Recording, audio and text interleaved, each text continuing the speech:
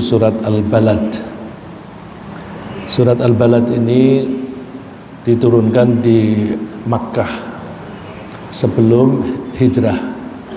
Maka latar belakangnya adalah peristiwa-peristiwa dan keadaan ketika Rasulullah SAW masih tinggal di Makkah sebelum hijrah.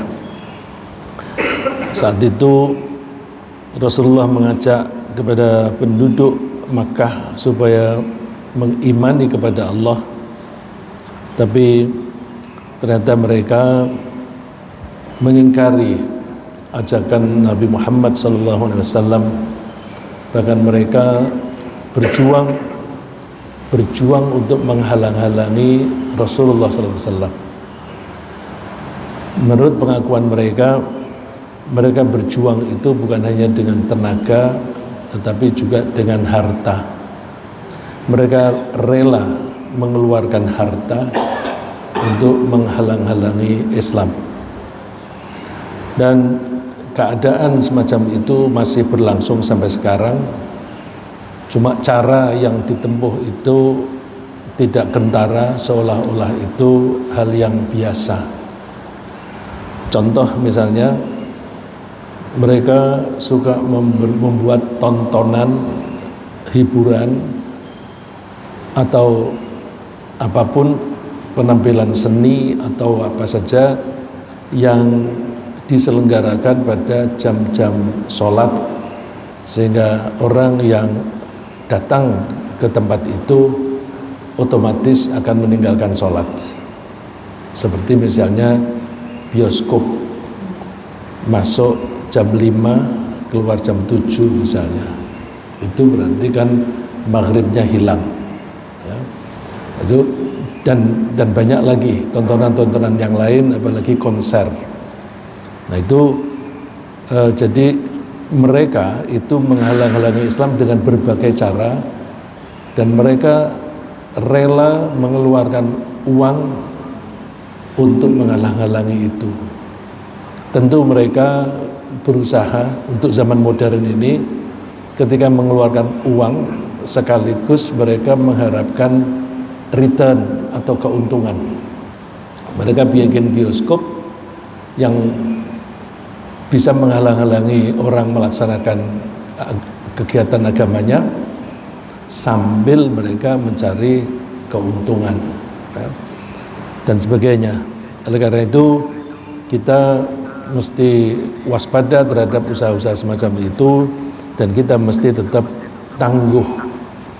Kalau kita tangguh, tetap melaksanakan perintah-perintah Allah, meskipun ada usaha-usaha menghalangi, maka kita insya Allah termasuk orang yang beruntung, yang di surat ini disebut Ashabul Maimanah. Ashabul Maimanah itu kelompok kanan. Sedangkan orang yang mengingkari Allah disebut Ashabul Mash'amah. Al-Maimanah bisa berarti kelompok kanan, Ashabul Mash'amah bisa berarti kelompok kiri atau kelompok celaka. Jadi kanan itu indikasi keberuntungan, sedangkan kiri indikasi kecelakaan. Kecelakaan yang paling parah adalah narum muqsadah, ya, api neraka yang menjilat-jilat. Dan Allah memulai surat ini dengan bersumpah dengan menyebut kota Makkah. Meskipun Allah tidak menyebut kata Makkah, tetapi artinya jelas bahwa itu yang dimaksud adalah Makkah. Sebagaimana kita ketahui dari beberapa surat yang sudah kita bahas, kalau Allah bersumpah menyebut makhluknya, berarti makhluk itu sangat penting untuk kebutuhan manusia, dan seringkali mempunyai keistimewaan. Dalam hal ini Allah menyebut kota yang dimaksud adalah Makkah. Di situ ada keistimewaan dan kelebihan yang diberikan oleh Allah Tentu ketika Allah memberi kemuliaan kepada sesuatu itu dengan mekanisme yang dibuat oleh Allah. Mekanisme ini seringkali kita menyebutnya sunnatullah. A'udzu billahi minasyaitonir rajim. Bismillahirrahmanirrahim. La uqsimu bihadzal balad wa anta hillum bihadzal balad. La uqsimu, sungguh aku bersumpah, bihadzal balad, demi negeri ini, wa anta hillum bihadzal balad, dan kamu tinggal di negeri ini. Nah, konteksnya Rasulullah berada di Makkah, berarti yang dimaksud hadzal balad adalah Makkah. Sebelum kita lanjutkan, kita coba bandingkan antara surat 1 dan surat berikutnya untuk mengetahui bahwa Al-Quran ternyata susunannya itu runtut. Kita seringkali mengira tidak runtut, tapi ternyata para ahli tafsir bisa menangkap keruntutan kandungan yang ada di ayat 1 dan ayat berikutnya, begitu pula surat 1 dan surat berikutnya. Surat yang ke-89 itu surat Al-Fajr. Di surat Al-Fajr, di situ dituturkan perilaku orang-orang yang mencintai harta. Sebagaimana kita ketahui bahwa harta itu kita butuhkan.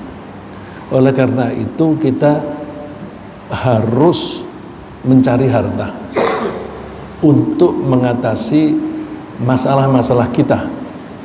Kita punya masalah lapar, kita mesti makan. Untuk makan kita harus mendapatkan penghasilan. Kita butuh tempat tinggal dan sebagainya. Kalau kita membutuhkan sesuatu dan sesuatu yang kita butuhkan itu kita peroleh, biasanya perasaan yang muncul adalah senang.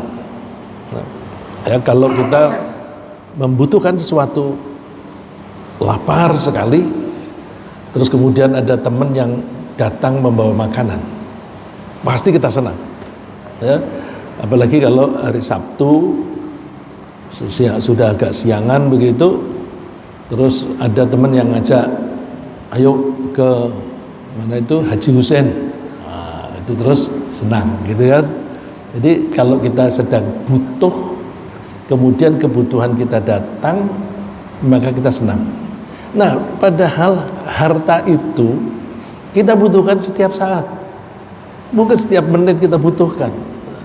Karena sering kali kita membutuhkan harta, kita peroleh harta, kita manfaatkan, kita peroleh, kita manfaatkan, lama-lama kita bisa menjadi makin cinta kepada harta.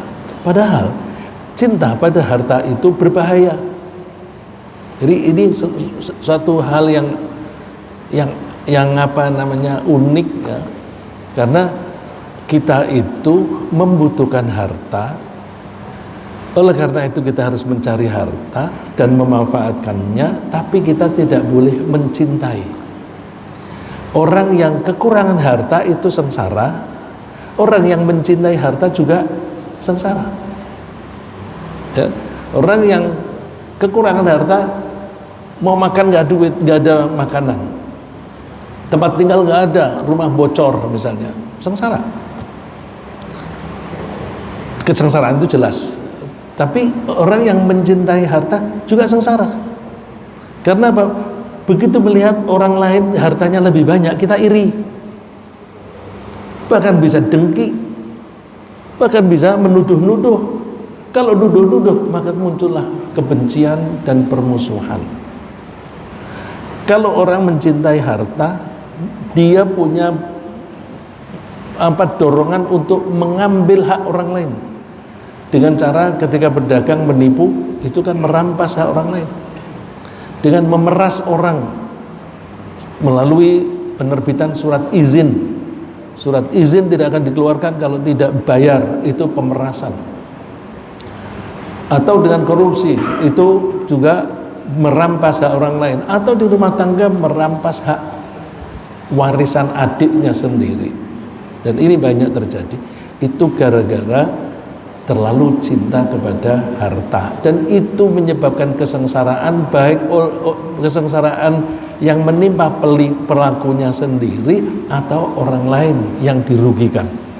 Nah, surat Al-Fajr itu menceritakan tentang orang yang terlalu mencintai hartanya. Akibatnya, perilakunya, mereka itu tidak mau menghormati hak anak yatim. Tidak mau menghormati hak anak yatim itu bisa menerlantarkannya, bisa merampas hak warisnya dan sebagainya. Dan mereka meskipun duitnya banyak tidak mau memberi makan kepada orang lapar.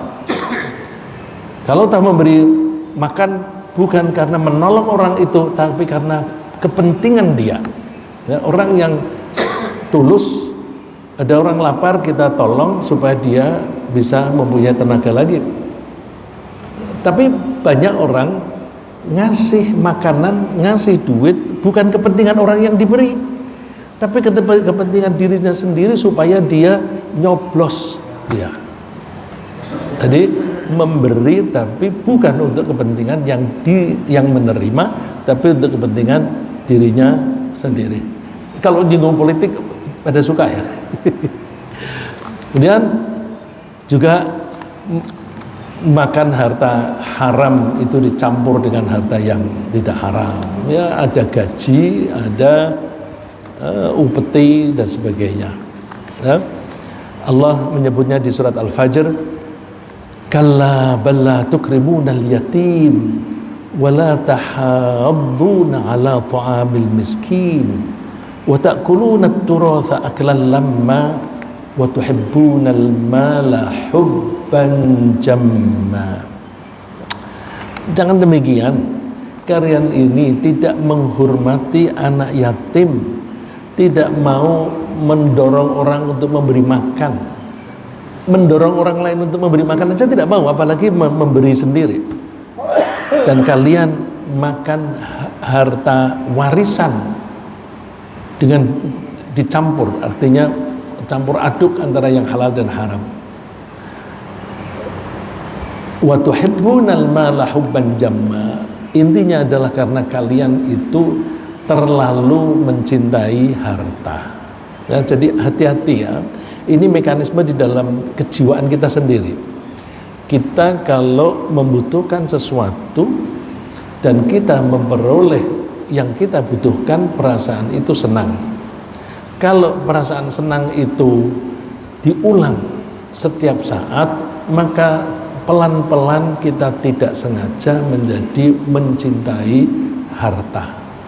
Jadi kalau kita sudah mencintai harta, kita hati-hati bagaimana cara mengoreksinya. Ya. Seringkali kita tahunya sudah kebablasan. Ya. Ini yang disebutkan oleh Allah ini indikasi orang yang mencintai harta itu mau merampas hak orang lain. Bandingkan dengan di surat Al-Balad. Di surat Al-Balad itu Allah menganjurkan kalau kita mempunyai kelebihan harta, salurkan. Jangan dipakai sendiri. Nanti itu akan menimbulkan rasa cinta. Salurkan, berikan kepada orang lain yang membutuhkan. Antara lain apa? Untuk memerdekakan budak.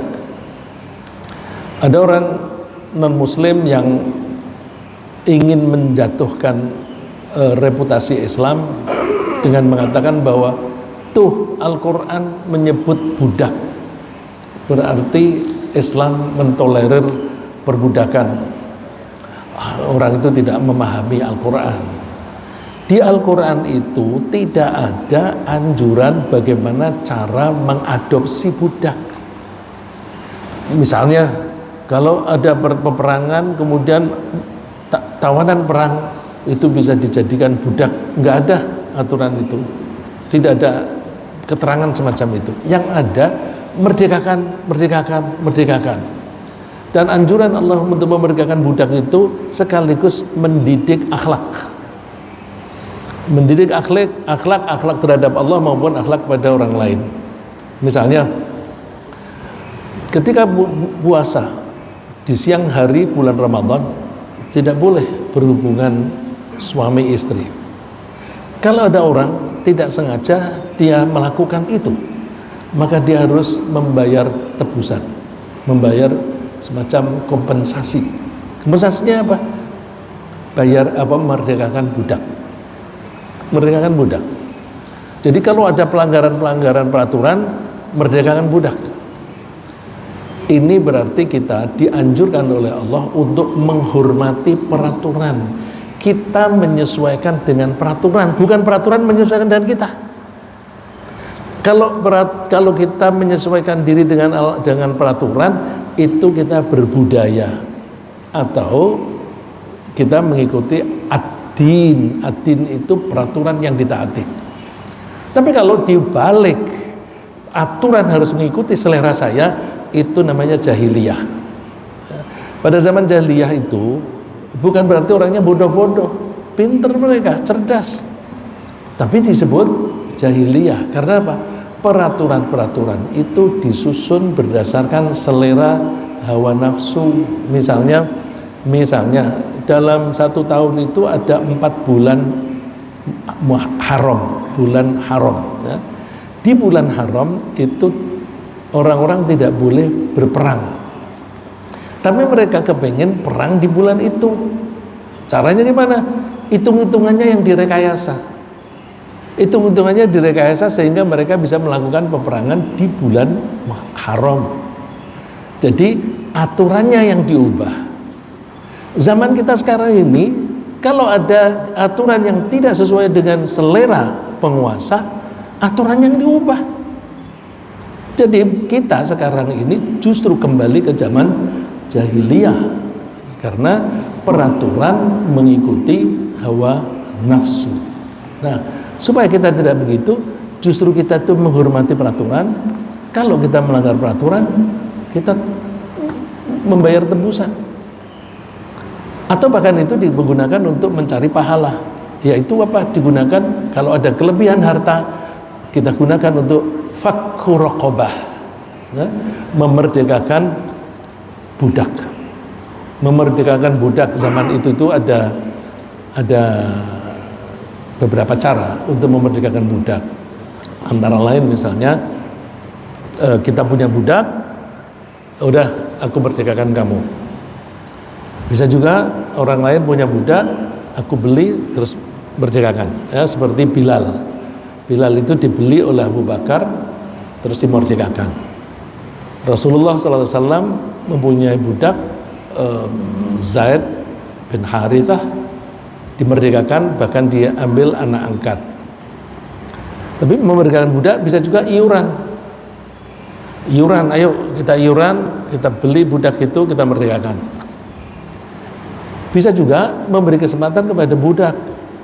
Misalnya saya punya budak, dia bilang, Pak, saya kepengen merdeka dengan cara aku membeli diriku sendiri. Bikin perjanjian semacam itu namanya kitab. Budak yang membuat perjanjian itu namanya budak mukatab. Nah, Allah menganjurkan kalau ada budak minta perjanjian mukatab, kasih. Terus bagaimana dia bisa mendapat itu? Allah menganjurkan, berikanlah zakatmu, sedekahmu kepada budak mukatab supaya dia bisa membeli dirinya sendiri. Dan Allah menganjurkannya, itu harta Allah, zakatmu itu hartanya Allah, salurkan kepada mereka. Jadi Islam itu justru memerdekakan perbudakan sehingga di dunia Islam itu tidak ada gejolak, tidak ada perang saudara dengan adanya gerakan pembebasan perbudakan. Beda dengan Amerika, sampai terjadi perang saudara karena ada usaha membebaskan perbudakan. Au it'amun fi yaumin dzi masghabah. yatiman dza maqrabah atau miskinan dza matrabah, atau memberi makan pada waktu paceklik kepada anak yatim yang bagian dari anak saudara kita sendiri, atau orang miskin. Orang miskin di sini disebutkan matrabah. Matrabah itu dari kata turab. Turab itu debu. Jadi orang miskin yang penuh debu. Ya gimana tidak penuh debu, nggak punya air, badannya kotor karena nggak pernah mandi dan sebagainya. Ya, jadi dua surat ini ada kaitannya. Di surat Al-Fajr itu kalian jangan mencintai harta. Kalau kalian mencintai harta, kalian akan mempunyai dorongan untuk merampas hak orang lain. Di surat Al-Balad, kalau kalian jangan mengambil hak orang lain, tapi berilah orang-orang itu dari kelebihanmu supaya mereka bisa mendapatkan bisa membebaskan diri mereka dari kesulitan-kesulitan.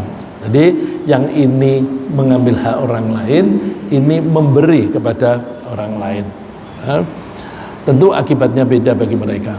Sekarang kembali ke surat, ke ayat yang pertama dan kedua. La uqsimu bihadzal balad wa anta hillum bihadzal balad. La uqsimu. La di sini bukan berarti tidak.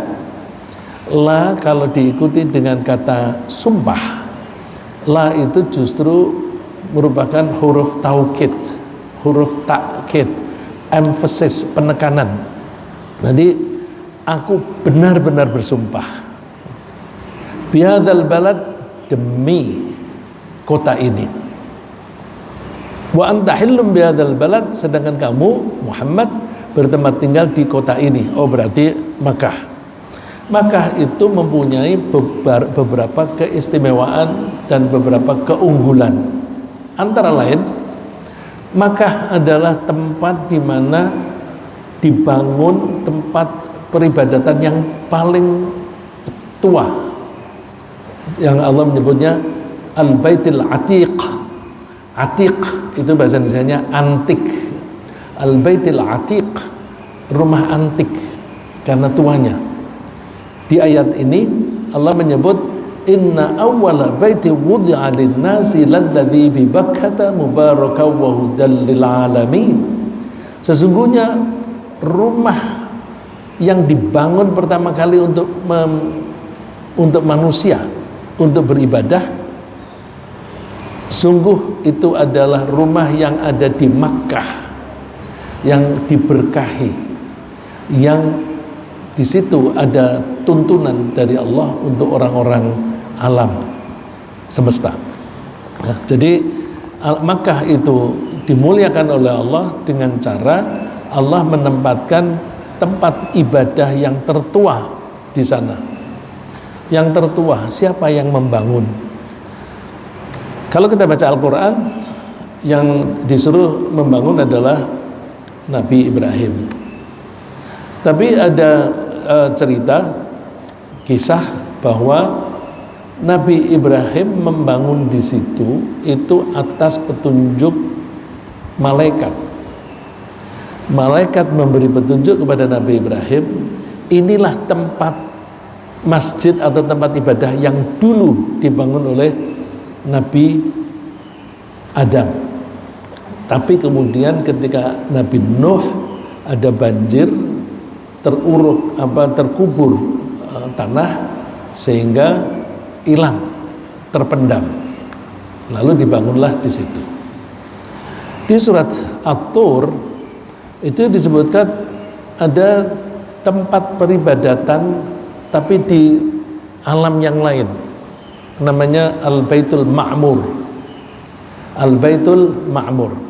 Baitul Ma'mur itu adalah masjid yang digunakan oleh Rasulullah, yang dikunjungi oleh Rasulullah SAW ketika Mi'raj, dan beliau mengimami para nabi dan para malaikat. Itu Al-Baitul Ma'mur. Dan menurut para ulama, posisi Baitul Ma'mur itu segaris lurus dengan Ka'bah. Jadi di langit yang sana atau di alam yang sana itu ada Baitul Ma'mur, di dunia kita, di bumi kita itu ada Ka'bah. Nah, dari situ kita bisa memahami berarti bumi yang 7 itu tidak harus berjauhan, tapi bisa berhimpitan atau coexistent. Bumi dunia ini berada di tempat yang sama dengan bumi di akhirat. Bumi di akhirat itu lebih besar harinya. Kok tidak tabrakan? Tidak, karena dimensi ruangnya beda. Ya. Alam akhirat dimensi ruang dan waktunya beda dengan alam dunia kita. Maka benda di alam akhirat dan benda di dunia, kalau toh itu berhimpitan, itu tidak akan tabrakan karena dimensinya beda. Nah, dengan pemahaman ini kita bisa memahami sabda Nabi bahwa di antara mimbarku ini dan rumahku ada taman di surga. Nah, ada taman di surga, berarti buminya sini dan di surga itu ada, sama-sama ada di sini. Rasulullah pandangannya dibuka, bisa melihat di dua alam sekaligus. Kalau di sini ini masjid, masjidku, ya. Antara mimbar dan rumah Rasulullah itu kan tidak jauh tuh, ya. Tidak jauh yang sekarang kuburan Rasulullah. Ya. Mimbarnya juga sekarang masih ada tempatnya. Ya. Itu di situ ada taman di surga.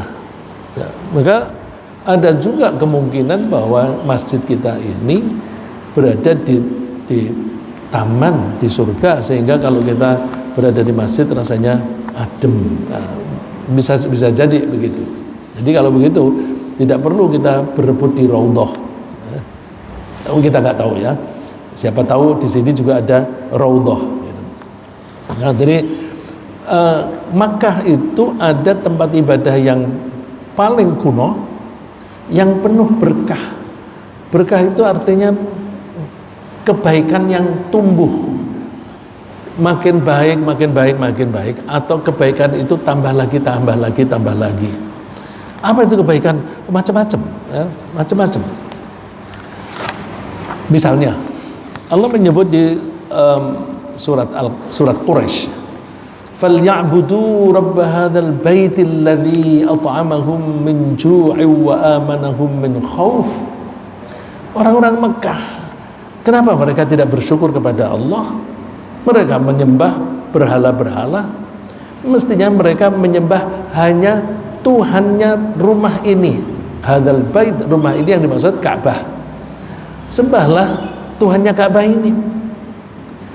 Bukankah Allah itu yang memberi mereka makan sehingga mereka bisa bebas dari kelaparan dan mereka bisa bebas dari ketakutan?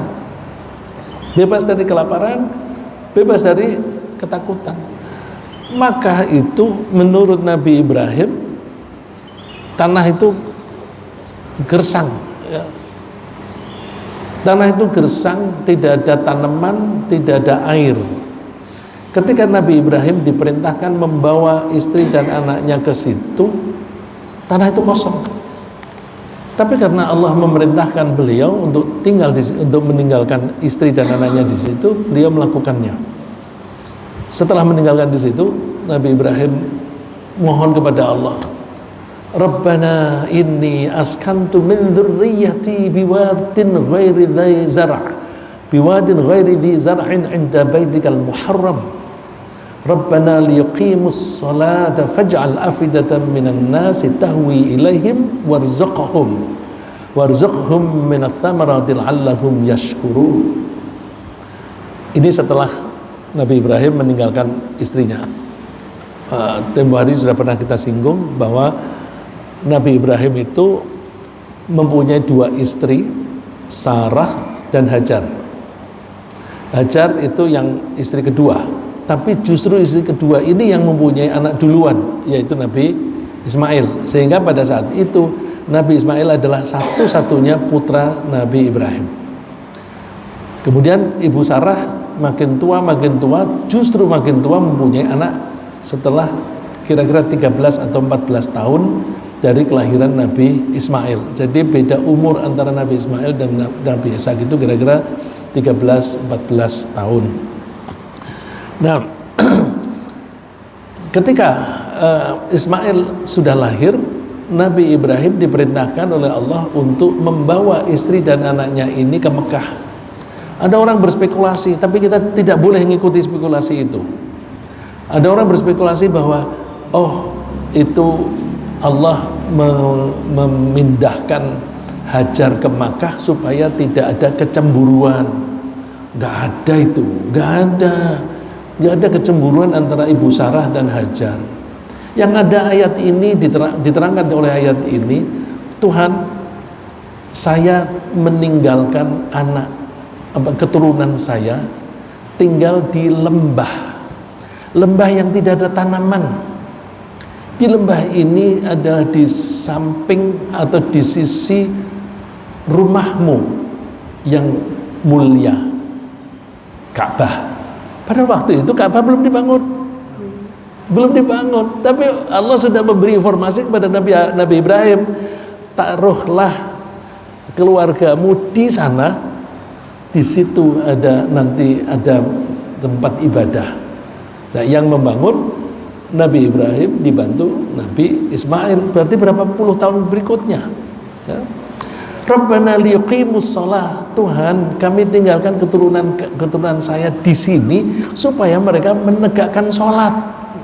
Jadi kita jangan mau terpengaruh oleh orang yang berspekulasi, itu untuk memisahkan dua istri yang kedua sudah punya anak supaya tidak ada kecemburuan. Nggak ada, itu bohong, tidak ada dasarnya. Ya, kita biasakan kita merujuk hanya kepada Quran dan hadis, tidak boleh kita berspekulasi ngarang. Warzuqhum minats thamarati la'allahum yashkurun. Sebelum itu, faj'al afidatan minan nasi tahwi ilaihim. Doa Nabi Ibrahim. Ini Nabi Ibrahim memang suka menyayangi orang lain. Tuhan, jadikanlah hati orang-orang lain itu mencintai keturunanku. Jadi Nabi Ibrahim mohon kepada Allah yang menggerakkan hati orang-orang supaya mencintai keluarganya. Tentu supaya orang itu bisa mencintai keluarganya, keluarga itu mesti harus solih. Kalau anaknya itu nakal, tidak mungkin disukai oleh orang. Berarti Nabi Ibrahim ini dan juga istrinya mendidik anak dengan baik sehingga anaknya menjadi soleh. Bahkan istrinya juga orang yang baik. Buktinya apa? Ketika ada air Zam-Zam, orang-orang itu kan butuh air. Mereka datang ke situ untuk ambil air dan mohon, Ibu, bolehkah kami ikut tinggal di sini? Ikut tinggal supaya bisa memanfaatkan air. Ibu Hajar, boleh. Tapi air ini punya aku ya. Air ini punya aku. Jadi, tapi punya aku ini bukan untuk dijual, ya, tapi untuk dibagi. Dengan begitu, keluarga Nabi Ibrahim ini adalah orang-orang yang baik sehingga dicintai oleh orang-orang sekitarnya. Warzuqhum minats tsamarat. Nabi Ibrahim mohon supaya Allah memberi rezeki kepada keluarga itu dengan buah-buahan. Ini doa masuk akal enggak? Tanaman enggak ada, tanah kering, kok doanya buah-buahan? Nah, oleh karena itu kita jangan ragu-ragu mohon kepada Allah yang mungkin di akal kita nggak nyambung. Mohon kok seperti itu, nggak realistis. Nanti dulu, nanti Allah itu bisa membuat itu. Dan ternyata, coba saja beli anggur di sana di Makkah, murah mana dengan beli anggur di Jakarta? Jauh lebih murah di Makkah. Dan Allah tentu membuat mekanismenya. Ka'bah itu menjadi tempat orang berdatangan yang Nabi Ibrahim diperintahkan supaya memanggil orang-orang untuk haji. Terus karena itu tempat datangnya orang, maka orang pedagang itu tertarik untuk menjual barang di situ. Ya, pedagang itu kan begitu ada kerumunan datang. Kalau ada sholat Jumat di Masjid Syuhada, banyak orang kaki lima pada datang. Nah, itu karena di Makkah banyak orang datang, maka banyak pedagang. Terus di surat Quraisy Allah menyebut wa amanahum min khauf. Orang yang tinggal di Mekah itu terjamin makanannya, pasti ada, dan juga aman. Kok bisa dibuat aman? Buktinya ini disebutkan oleh Allah di surat Al-Ankabut, awalam yaru anna ja'alna haraman amina wa yatakhattafu an-nas min haulihim afa bil batili yu'minuna wa bi ni'matillahi yakfurun. Apakah mereka tidak tahu, tidak melihat bahwa Makkah, tanah haram ini aman? Buktinya di luar kota Mekah itu banyak terjadi perampokan, tapi di Mekah tidak ada perampokan. Jadi karena tidak ada perampokan, orang-orang merasa aman. Apakah kalian itu tidak mengimani, tidak mensyukuri kenikmatan Allah itu? Ya. Nah, bagaimana Allah membuat Makkah itu aman, tidak ada perampokan, itu dengan mekanisme sunnatullah juga. Dibuatlah peristiwa Abrahah datang ke Mekah dengan membawa tentara jumlah yang banyak, sambil membawa gajah yang besar. Gajah yang besar itu kalau zaman modern ini ya bulldozer. Zaman itu belum ada bulldozer, ya, bulldozernya gajah yang dimaksudkan untuk merobohkan Ka'bah, tapi oleh Allah dihancurkan hanya dengan mengutus beberapa kelompok burung, ya. Flocks of birds, ya. Ababil itu artinya flocks, sekawanan, ya. Ababil itu beberapa sekawanan burung, bukan nama, ya, bukan nama. Kita seringkali bilang burung ababil. Ababilnya itu bukan nama, tapi ababil itu artinya beberapa sekelompok burung, ya, flocks of birds. Terus karena ada peristiwa itu, lalu orang menganggap Makkah itu sakti. Penduduk Makkah sakti. Mereka tidak berani merampok orang-orang Quraisy kalau bepergian dan sebagainya.